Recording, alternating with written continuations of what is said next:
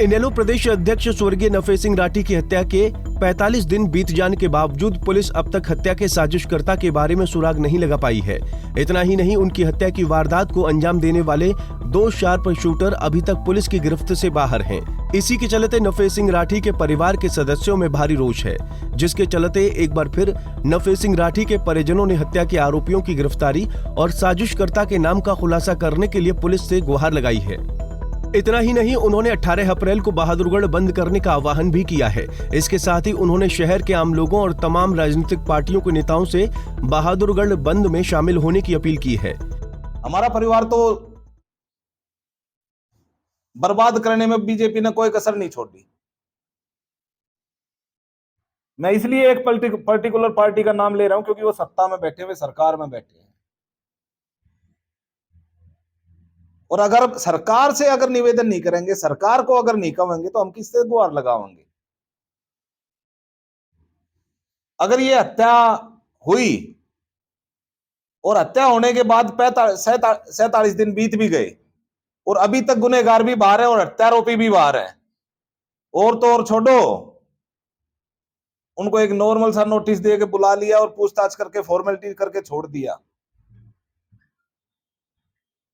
मैं आज फिर बहादुरगढ़ के लोगों के सामने, सभी लोगों के सामने एक बार फिर कहना चाहता हूं कि जो हमने नाम दिए हैं, जिसका शक था पुलिस ने पूछी, उसके नाम दिए हैं, उनसे कड़ाई से पूछताछ हो।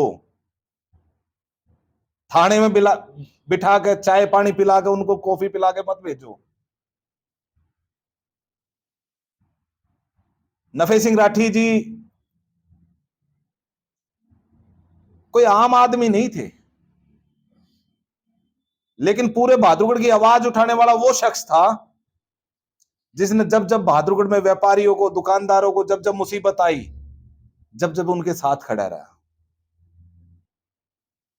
और इसलिए हम ना केवल व्यापारी और दुकानदारों से निवेदन करते हैं, बल्कि पूरे बहादुरगढ़ की जनता के साथ साथ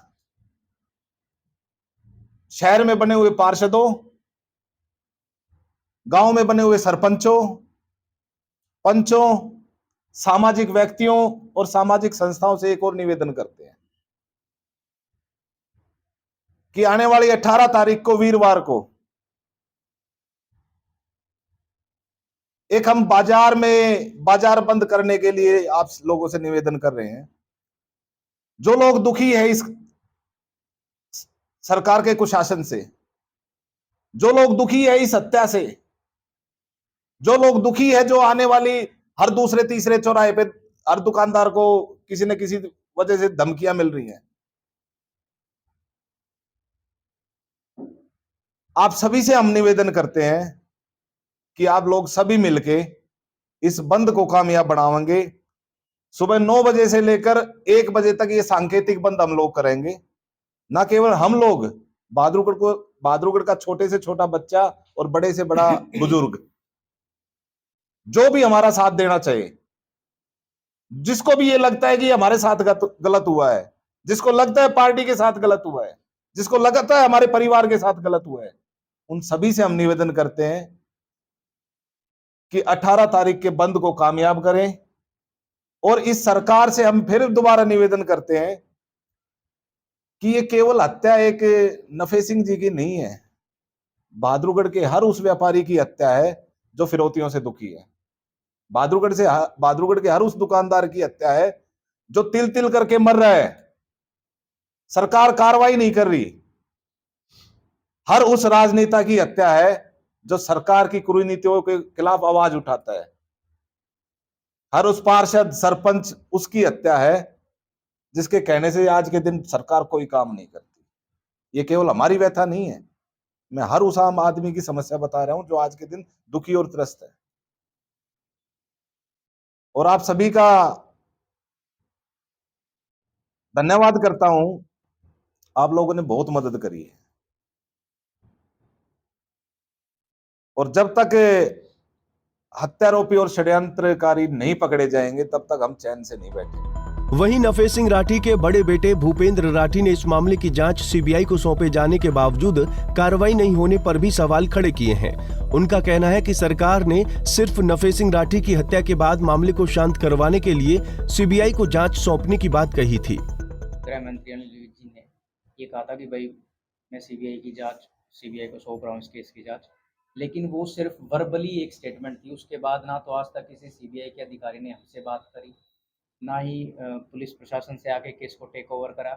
यहाँ तक कि कोई श्योरिटी ही नहीं है उस डेट की कि भाई कब जाके सीबीआई केस को हैंड ओवर करेगी, टेक ओवर करेगी।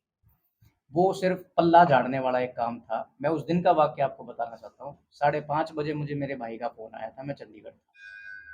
मैं 5:30 बजे चंडीगढ़ से निकला था, 11:30 बजे मैं यहाँ पहुँचा।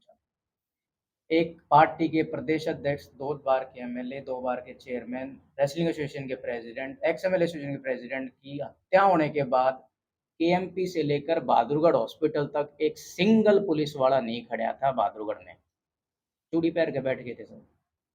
कहाँ गए वो? गाड़ी का नंबर हो चुका था नोट, किसी ने वीटी नहीं करी। वो रेवाड़ी स्टेशन पहुंच गए, किसी को नहीं पता चला। चलो नहीं पता चला, एक कदम आगे था अपराधी, उसके बाद तो कार्रवाई करी जा सकती थी। हमारे परिवार को कोई सुरक्षा नहीं दी। हमने जब मांग करी तब हमें सुरक्षा दी। मतलब ये चाहते थे कि और कोई वारदात हो जाए। 45 दिन लगते हैं या 47 दिन लगते हैं एक इतने हाई प्रोफाइल केस को अगर सॉल्व करने के लिए, तो आम जन के हालात तो बद से बदतर हैं। और बहादुरगढ़ की आवाज जो उठाता था, ये एक प्रॉपर तरीके से किया हुआ क्राइम है कि भाई आवाज उठाने वाले को खत्म कर दो, उसके बाद पब्लिक को चूट लो। और ये ट्रेंड बहादुरगढ़ में चल चुका है। उस वारदात के बाद ना जाने कितने ऐसे बात आ गई कि फलाने से फिरौती मांग ली, फलाने से फिरौती मांग ली, क्योंकि आवाज उठाने वाला चला गया है। लेकिन हम उनको एक चीज बहादुरगढ़ की जनता से ये हम रिक्वेस्ट भी करना चाहते हैं और आश्वासन भी देना चाहते हैं। एक नफे सिंह गया है, 4 घर के और हजारों वे कार्यकर्ता, वे सारे नफे सिंह हैं, आपके लिए छाती ठोक कर खड़े हैं। हमारा जो हमारे बड़े भाई ने अभी आपसे एक रिक्वेस्ट करी है कि 18 तारीख को हम जो एक सांकेतिक बंद करना चाहते हैं, उसमें हमारे हाथ मजबूत करो, ताकि प्रशासन को ये दबाव महसूस हो। अगर ऊपर का भी दबाव है तो भी प्रशासन को काम करना पड़ेगा, क्योंकि जनता का जो आवाज होती है उसके आगे अधिकारी को नतमस्तक होना पड़ेगा। वो जनता के रखवाले हैं, सीएम के या मंत्री के या फलाने एमएलए के रखवाले नहीं। बहरहाल नफे सिंह राठी के परिवार का कहना है कि जब तक राठी हत्याकांड के षड्यंत्रकारियों का नाम उजागर नहीं हो जाता, तब तक वो चुप नहीं बैठेंगे। साथ ही न्याय मिलने तक सरकार और प्रशासन से गुहार लगाते रहेंगे। अब 18 अप्रैल को बहादुरगढ़ बंद के आह्वान में कौन कौन शामिल होता है, ये देखने वाली बात होगी। बहादुरगढ़ से प्रवीण कुमार धनखड़, पंजाब केसरी टीवी। हमसे जुड़े रहने के लिए हमारे YouTube चैनल को सब्सक्राइब करें और नई वीडियो की नोटिफिकेशन के लिए बेल आइकॉन को दबाएं। अगर आप ये वीडियो Facebook पर देख रहे हैं तो लाइक जरूर करें और ज्यादा से ज्यादा शेयर करें। धन्यवाद।